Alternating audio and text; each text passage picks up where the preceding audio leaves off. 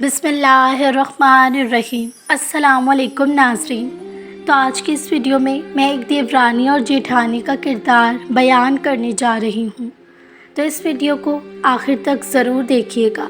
मुश्तरका ख़ानदानी निज़ाम यानी कि joint family system एक इमारत की तरह होती है और इमारत की मजबूती, पायदारी, बिका और ख़ूबसूरती में इसके सतूनों की मजबूती और बाहिमी राबितो ताल्लुक़ का किरदार नहायत अहम होता है। अगर इनमें किसी किस्म की कमज़ोरी पैदा हो जाए या इनकी मुनासिब देखभाल का ख्याल ना किया जाए तो इन पर कायम इमारत कभी भी जगह जगह टूट फूट होने और दरारें पड़ने का सिलसिला शुरू हो जाता है। यूँ वो इमारत ज़्यादा अरसे तक अपना वजूद बरकरार नहीं रख पाती और बिला आखिर गिरकर मलियामेट हो जाती हैं। इसी तरह मुश्तरका ख़ानदान निज़ाम की इमारत की मजबूती और ख़ूबसूरती भी इसके सतूनों यानी एक ही छत के नीचे रहने वालों में इस्लामी तालीमात पर अमल, क़ुव्वत बर्दाश्त और माशरती अखलाक व आदाब की रिआयत पर मौक़ूफ़ होती है। जहाँ इनकी रिआयत नहीं की जाती वहाँ इस पाकीज़ा इमारत में कमज़ोरी और दरारें पैदा होती जाती हैं और यूँ इस तरह पाकीज़ा इमारत का शराज़ा बिखर जाता है। बलाशबा जेठानी यानी बड़े भाई की बीवी और देवरानी यानी छोटे भाई की बीवी भी ख़ानदान के दो अहम सतून हैं। चूँकि ये दोनों ख़वातीन शादी के बाद एक नए ख़ानदान का हिस्सा बनती हैं, लिहाजा होना ये चाहिए कि ये दोनों ख़वातीन मिलजुल कर ख़ानदान की इमारत को मजबूत बनाने में अपना भरपूर किरदार अदा करे। मगर अफसोस अक्सर घर इनके दरमियानी बहस व तकरार और लड़ाई झगड़े के सबब मैदानी जंग बने रहते हैं। यहाँ झेल में चंद ऐसी बातें ज़िक्र कर रही हैं जिन्हें अगर ये दोनों मद्देनज़र रखें तो इनके घर अमन का गहवारा बन सकते हैं। जेठानी या देवरानी में से अगर कोई घर के अहम अफराद का दिल जीतने में कामयाब हो जाए तो दूसरी को चाहिए कि वह हसद की आग में ना जले, बल्कि वो भी अपने काम में निखार लाकर इन अफराद का दिल खुश करने की भरपूर कोशिश करे। दोनों को चाहिए कि वो एक दूसरे की खूबियों की जायज़ तारीफ़ ज़रूर करे।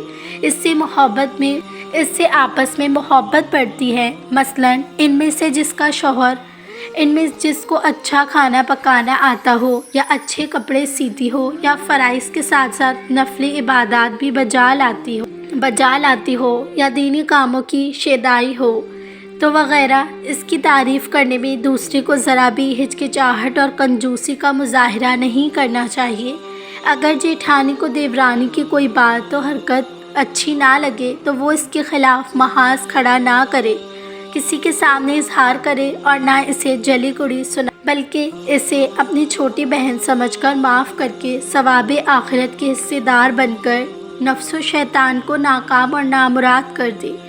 इसी तरह देवरानी को जेठानी की कोई बात या हरकत बुरी लगे तो इससे ज़िद्दो इनायत का मसला ना बनाए, ना इसे अपना दुश्मन समझकर गीबत के गुनाह में मुब्तला हो, बल्कि इससे अपनी बड़ी बहन समझकर गुस्सा पी ले और दरगुजर से काम ले। अगर ये सारी चंद झेल देवरानी और जेठानी अपना ये किरदार निभाएं, दुनिया में हर जगह खुशहाली पैदा हो सकती है और घरों घराने भी सब घराने ही तमाम घराने तरक्की याफ्ता हो जाएंगे। दूसरा वाक़या यहाँ मैं सुनाने जा रही हूँ बहलूल दाना और ताजिर का वाक़या। एक दिन एक ताजिर बहलूल दाना के पास आया और पूछा कि हुजूर मैं क्या ख़रीदूँ। जनाब बहलूल ने फरमाया काला कपड़ा ले लो। ताजिर शुक्रिया अदा करते हुए उल्टे कदमों से चलता हुआ वापस चला गया। जाकर इसने इलाके में दस्तयाब तमाम तरसियाह कपड़े ख़रीदे। कुछ दिनों बाद शहर का बहुत बड़े आदमी का इंतकाल हो गया। रिवाज के मुताबिक मातमी लिबास के लिए सारा शहर स्याह कपड़े की तलाश में निकल खड़ा हुआ। अब सारा कपड़ा इस ताजिर के पास ज़ख़ीरा था। इसने मुँह मांगे दामों में फ़रोख्त किया और ताजिर ने इतना नफ़ा कमाया जितना सारी ज़िंदगी ना कमाया था और बहुत ही अमीर कबीर हो गया। कुछ अरसे बाद वो घोड़े पर सवार कहीं से गुज़र रहा था तो जनाब बहलूल वहाँ तशरीफ़ रखे हुए थे। वो वहीं घोड़े पर बैठे बेअदबी से बोले, ओए दीवाने, اب اس بار کیا لوں؟ اور بہلول نے فرمایا تربوز لے لو۔